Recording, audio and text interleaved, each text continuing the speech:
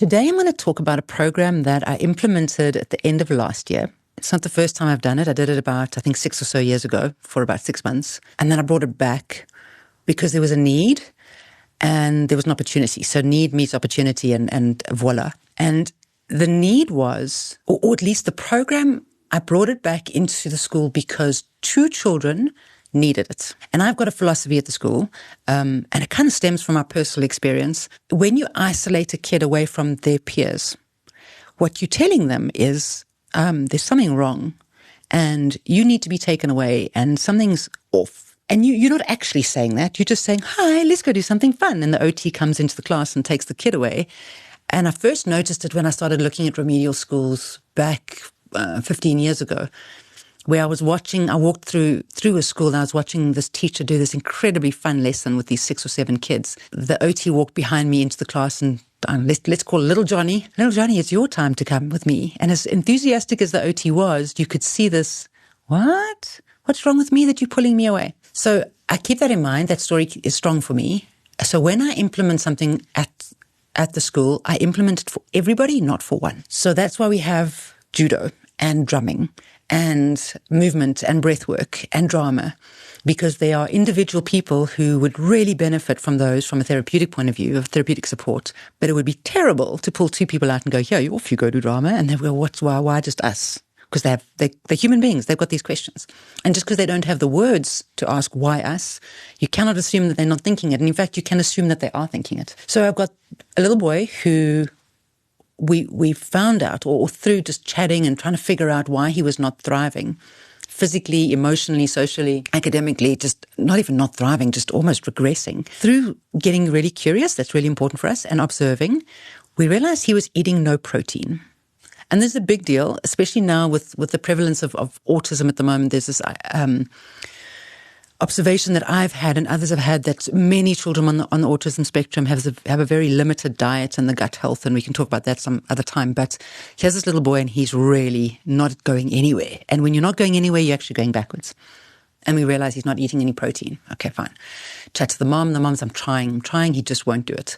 And it's important to have this little separate thing that I'm about to say now is sometimes the teacher can get it right and the mom can't, not because the teacher's any better, but just because she's not the mom. So we all check our egos at the door when we come in to work with children, because we've got to say, I'm not the right person. Who else is the right person in service of the child? It's very important. So here's this little boy and the mom's going, I can't get it done. Best I can do is Pro-Nutra at night for dinner. Pro-Nutra at night for dinner. And he's got learning delays. And he's struggling physically. And now he doesn't have enough food. What we noticed in the past is when he was having a particularly bad day, we're still not completely sure, chicken or egg-wise, it's because he didn't have breakfast that he's really struggling emotionally, or he's struggling emotionally, which is causing him to not want to eat. But there was a massive link between him staying in his dysregulation and refusing eating and not having eaten, and almost like this learned helplessness or lack of self-help. Okay, so how do we get past learned helplessness and lack of self-help?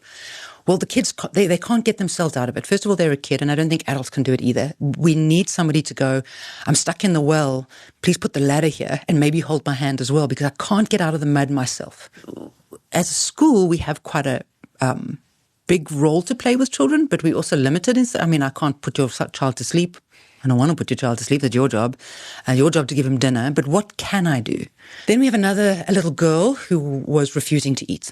Maybe one tiny bite of a little strawberry. The whole day she's at school for 6 hours. Sometimes aftercare as well. Now she's at school for, 8, 10 hours? Tiny bite of strawberry. So both of these kids, I'm looking at them and for very different reasons. And I'm worried about the girl because in my personal life, I have eating disorders in my family. So I was looking at that and I thought, we're looking down the barrel of disordered eating. We need to solve this. And engaging with the parents, they had the same thing with both kids. They just won't. We just can't. And parents, and I had the same thing myself, but we're giving them expensive lunches that comes home and the lunch isn't eaten. I get that. And we put beautiful dinner on the table and she refuses to eat. So then where does a parent go with that? Must they stop feeding their kid because it's a waste of money? Must they keep giving the food? And then, of course, we start at a lower level of intervention and we say, well, try a different food, or let's try getting everybody around the table to eat at the same time. And we do these sort of lower level interventions before we have to get bigger. And then ultimately the kids eat pizza, white bread, muffins, chocolates, chips. Where's the protein? Where is even the good stuff, the healthy stuff that their bodies thrive on? So now we've got a kid who's now we've got an ADHD diagnosis, or we're thinking inattention, and now anxiety, and we've got all of these big things, but maybe I don't have enough energy. Maybe my muscles aren't strong enough. So because we weren't getting it right and the parents weren't getting it right, my next question is, now what else can I do? And then I looked at the rest of the kids and I thought, let's bring back lunch. So I don't have it in my budget. Let's chat to all the parents and see if they're prepared to spend, I think at the moment we're on 40 Rand a day. And if you go back to like how much wasted food is, it's 40, if not more, 40, 50 Rand, especially if you're going to a place like Woolworths or something like that. And then your kid's not eating it anyway. So $40 a day, I get full buy-in. Great. I spoke about opportunities come together, and OMATA stands for opportunities multiply as they are seized. So at the same time of thinking about this, I ran into someone who's looking to they're providing lunches for their own school and they want to expand. And they're one block away from where my school is. Okay, let's start this. So we started. But I like to say I kill 5 birds with one stone. I've been told I should feed them with one seed and not kill them with one stone. But either way, 5 birds, these kids do not have the luxury of time. We cannot put them in a classroom and only teach them maths for the next half an hour. We also have to develop their gross motor skills and their bilateral integration and their midline crossing all at the same time. Otherwise, we're just not going to get there. They're going to be 50 and we're still on grade 2. Okay, I'm hyperbole. But we've got to do more than one thing at a time. So now I'm thinking, great, lunch. Okay, let's feed everybody. This is good. And not only is it good for these 2 kids who aren't eating, it's for the other kids who aren't eating that I'm not as worried about, but they're going to get it. We decide we're going to do, I think it's 40 grams of protein per meal. It's a balanced meal. So you get spaghetti bolognese. It's a typical kind of home-cooked meal. It's not KFC. It's not McDonald's. It's home-cooked. And not only that, it's run by proper chefs. So they're not putting salt in. You can add salt if you want. They're starting it off with a mirepoix base, which is carrots, celery, garlic, and onion, which gives it flavor, and then the kids can put salt afterwards, and there's a whole another benefit level to that as well. So now I've got, 2 kids, I can help you, great. The rest, that's 1 bird. The rest, the kids are going to have a nice balanced meal. Right. What's the 3rd bird? A bunch of children who eat really well, eat really fast, or don't eat because they don't want to miss out on play. Okay, so now we've got to serve the lunch, like we would do dinner, on a plate around a table. I like the idea of community table because now we've got a whole lot of kids and they're sitting down, and now I'm role modeling for them what a family dinner should feel like. So now I'm kind of in service of the family because I'm giving the kid an experience of we start now, we end now, we sit down, knife and fork. So I'll talk into how the OT feeds into this as well. But it's bilateral work. Got a lot of kids who've got sensory things and won't mix foods. We've achieved the mixing of foods now because my friend mixes foods, and I look at her and I might not say anything. Nothing really gets said, but my friend's mixing. Maybe I should try it. So these tiny little wins of making a child's world bigger rather than smaller by sitting at a table. So the kids, the tables are outside. Oh, imagine that. Imagine having lunch where you just take downtime for 15 minutes. How many adults do this? We have lunch on the go. So these kids that come to my school, 15 minutes every day, they sit and they don't have to work and they're not playing. They're just sitting and there's stools underneath their feet. So OTs will love this because there's 90-degree angle with their ankle, with their knee, with their hip. So they love this, the posture of the child. So it's developing those skills. There's a plate. I'm not scoffing it down. It's balanced. It's not overly flavored. There's no preservatives in there. And in fact, this year we added a homemade bone broth to ramp up protein and amino acids for these kids in an attempt to facilitate good gut health as well. We have got some kids who don't come to the table. That's okay for now because this is not a you will sit and you will eat. This is an opportunity for kids to get closer to something that is healthy. If we put a TV in the room, who was it that did the screen in the wall experiment? Gata Mitra. He did a screen in the wall because he thought, I wonder if impoverished kids who don't have access to screens if they will learn easily. And apparently within an hour, they had sussed it all out. So kids gravitate towards things that are curious and interesting. So make it curious and interesting. So we've got these tables outside. It's under the trees. It's like the next best thing would be on a field or in a vineyard, right? But they're under the trees. They serve their meal. Everybody sits down. And I'm working with an occupational therapist who does something called SOS feeding. And it's about improving how children take on nutrition and how, and specifically their oral praxis skills, they're biting and chewing. And in fact, I'm going to take you back a couple of months to a little boy who we felt his speech was not very good, and he wasn't seeing a speech therapist. But my OT talked about let's see how he chews and how he eats, because I've got this SOS feeding training. Let's see what this is all about. And she brought me my awareness to this. When a child looks at a carrot and goes, "I don't like it," that might not actually be the truth. That's just the language that they've got. They might be actually trying to tell you, "I don't know how to eat that carrot." So this particular little boy, we realized he doesn't know how to eat a carrot. His body had not figured out, his tongue could not move a little bit of carrot to the back of his mouth so he could crunch it. So he's trying to eat the carrot like a bunny with his front teeth. Not a chance. There's no way you're sucking the carrot? How does this work? So eventually you just go, "I don't like carrots," because it's too hard. So she worked with him individually, and we increased his range of foods he was prepared to eat. And then he started growing because he was not growing. I mean, that's just remarkable. So that kind of prompted all of this. And then we go back to the beginning of the story, and now we're at this lunch program. Now we're going to our third term of running this. But the other benefits have been huge. It's the bilateral integration. It's crossing the midline. It's all the sensory stuff with food. It's increased protein. The social dynamic has been interesting. So we had little pockets of kids sitting together that maybe shouldn't have sat together. So then we decide, okay, let's make an art activity. Let's create placemats for themselves, and we as teachers can sort of control how this is working. We had a little girl who really struggles to eat, and she eats with her mouth open because her nose is often blocked, and the boys were being quite rude to her. So our approach is not, "Oh, stop it and move away." Our approach is, okay, so I see this, you're noticing this, and I see your comment, and I can see how you would feel that way. Definitely, I mean, all feelings are valid.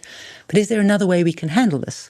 And because they're young 9-year-old boys, they weren't good at handling it, but we gave them the lesson, and then we moved them away. And now, with the work that we've been doing with her, she doesn't eat like that as much anymore, and they aren't bothered as much anymore. And guess what? We've got 2 kids that have benefited greatly from this little interaction. So they're sitting properly on the chairs, knife and fork. Actually, probably at the moment it's fork and spoon, or spoon and fork, because there's a couple of kids that really shouldn't have knives yet. We're getting there. And all of this, and there's more I'm probably not even talking about at this stage. Oh, wait, let me add. If we acknowledge that the child's thoughts and feelings are valid, then we will not behave in a way that forces the child to sit at a table that they're not ready to sit at. So this occupational therapist taught me this because she spoke about feeding in the sense that if a child won't eat a certain food, let's say, I don't know, yogurt, the first thing you want to do is, can they be in the same room as the yogurt? And it might sound crazy, but actually there's some kids that are out of here. I'm out of here. I'm not interested. I can't. It's too gross. Or whatever the food might be. So you want to just slowly, it's almost like immersion therapy to some extent, slowly get the food closer. So then it's, can I tolerate the food on the table away from me? Then can I tolerate the food on the table near me, but not necessarily in front of me? And then in front of me. And then can I sniff it? No, now it's getting really close. Can I touch it? Can I put it on my elbow? Can I put it on my shoulder? So this whole protocol on helping children to get, I want to say get over their fear, but it's actually finding a tolerance for something that's healthy for them. Because these are kids that are eating incredibly unhealthy food, and it's exacerbating ADHD symptoms. It's exacerbating poor sleep. It's making everything worse. So we want good nutrition, and we don't want to put an IV drip in them, and we don't want to force feed them. We want them to be, what kind of 25-year-old do we want them to be? We want a 25-year-old that lives a healthy life, and they can't be avoiding healthy foods if that hasn't been addressed. So many of our children, I would say at least 3, one in particular, the parents actually didn't sign him up for the program. Doesn't matter. We're still working on this. And he would literally go and sit in the furthest classroom he could find during lunch. Doesn't want to be anywhere near it. Doesn't want to smell it. Doesn't want to know it. Don't talk to me about it. In fact, he even stopped eating his own lunch because it was just too much. And now it's taken 2 terms, but I think patience is really important when it comes to kids because forcing doesn't work. I always say you can't stand at the top of the hill while the kid's at the bottom of the hill and yell at them to come up to the top. You got to go to the bottom. But there's another thing you can't do is drag him up and then call it mountain climbing. He hasn't mountain climbed. He's been dragged up the hill. So we want this boy to be able to access food that is healthy for him on his own. So we need to give him those skills on his own, not I dragged you here and I made you sit. So it's taken 2 terms. He's still not eating our food, which is fine, or at least the food that we provide.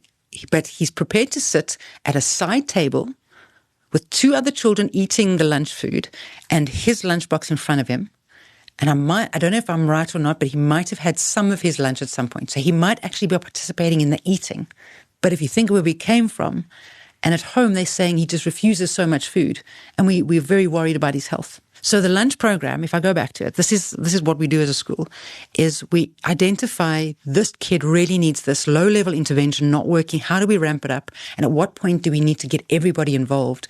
Because when you don't want to eat and all your friends are around the table and a timer has been put up for 15 minutes, so we understand that this will end. It's okay. I'm not going to have to sit here until midnight tonight.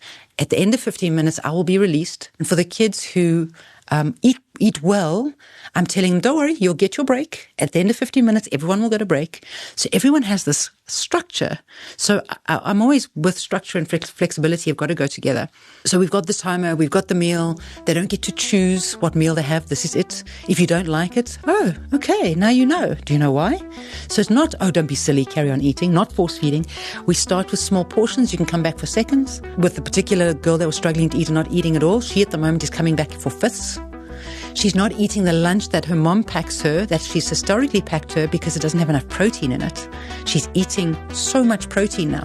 So after these school holidays, I'm really interested to see where she's at because it's just elevated her tolerance levels as well. So a small 15-minute non-invasive intervention. And we took that time away from maths in order to solve the lunch problem. But the lunch problem solves the maths problem.